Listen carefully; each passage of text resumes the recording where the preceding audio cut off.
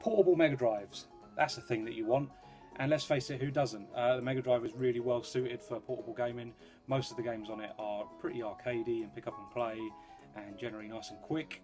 And yeah, it suits that style of gaming quite well. However, up until recently, there hasn't been a particularly good way to do this. So the only official way was via the Sega Genesis Nomad, which is an American portable Mega Drive, using the same engine as a Mega Drive but stuffed into a handheld, a pretty bulky one at that. And unfortunately, the thing is, uses 6 AA's, I think, which is an awful lot of batteries to get through.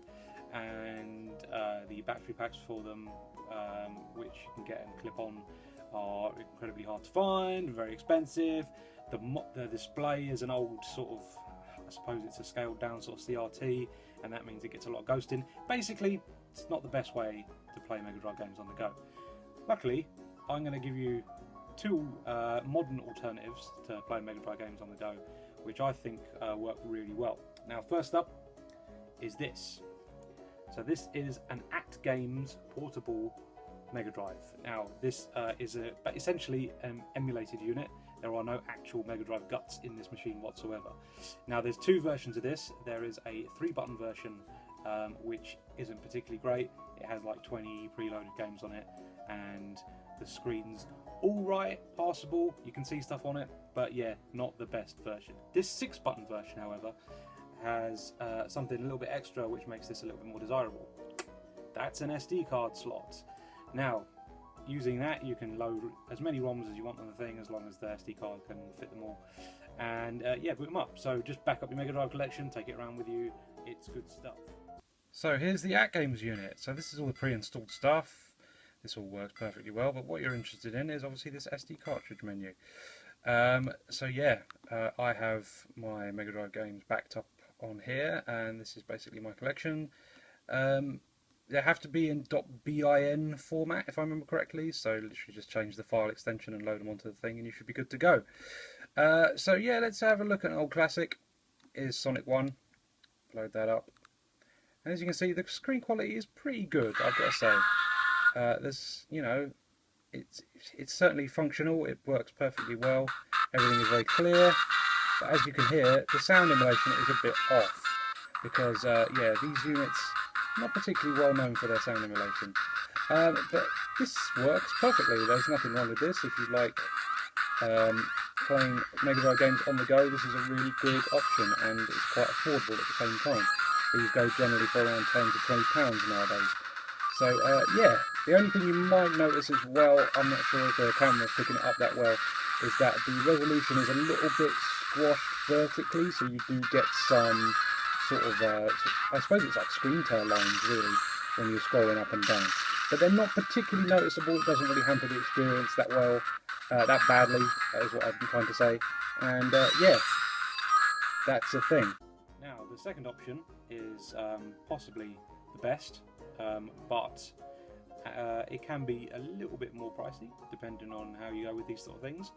But yeah, the way forward, hack a PSP. You can find hacking tutorials for PSP anywhere. You're on YouTube, go and search how to hack a PSP. You've got to install some firmware on it. That allows you to boot a hacking environment, which then allows you to boot things like emulators, and lo and behold, there is a Sega Mega Drive one. So next up we have the PSP. I've already booted this up into the hacking environment. As you can see, I've got some emulators on it, and one of them is a Mega Drive emulator. So let's boot this up and I'll show you how this differs to the AtGames Portable Mega Drive. Obviously the main difference being that this is a lot larger screen, a little bit more clarity, and yeah, it looks pretty damn nice. So again, I've got my Mega Drive collection backed up on this thing, and I suppose we better boot up Sonic 1 so that we have the exact comparison, and I can show you exactly how this fares against the other one. So at the moment that is in full screen stretch, which is not something I particularly like using, so I'm going to change that quickly, because I'm a real stickler when it comes for resolution on these sort of things. So set to 4:3, I think that's the one I want. Right, so there we go, that's correct Mega Drive resolution. And as you can hear, the sound is a lot more accurate. So yeah, I'd say it's almost spot on, to be honest with you. It plays almost identically. The games run at the same sort of speed.